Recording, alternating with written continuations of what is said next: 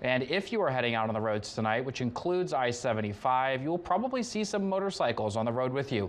State data shows 107 motorcycle crashes and 4 fatalities happened in Alachua County alone in 2024. TV20's Alyssa Perry tells us how officials are trying to curb those numbers.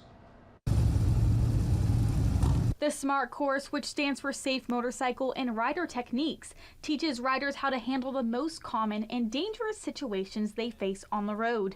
We've had a lot of motorcycle deaths and injuries in the state of Florida, and they wanted to do something to reduce those numbers and makes the state of Florida a more safer place for motorcyclists to ride. In the SMART course, riders are trained in skills to increase control and awareness on the road.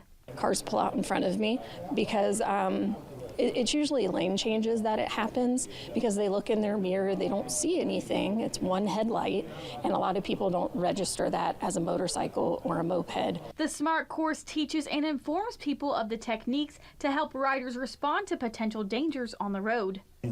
It's just practice, and the more you do it, the easier it's going to get, and you're going to be much more comfortable.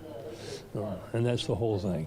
Gainesville Police Department says they hope that these valuable skills will help save lives and create a safer riding environment for everyone on the road. Motorcycle crashes are preventable, and training like this is a step towards safer roads for all. Reporting in Gainesville, Alyssa Perry, TV20 News.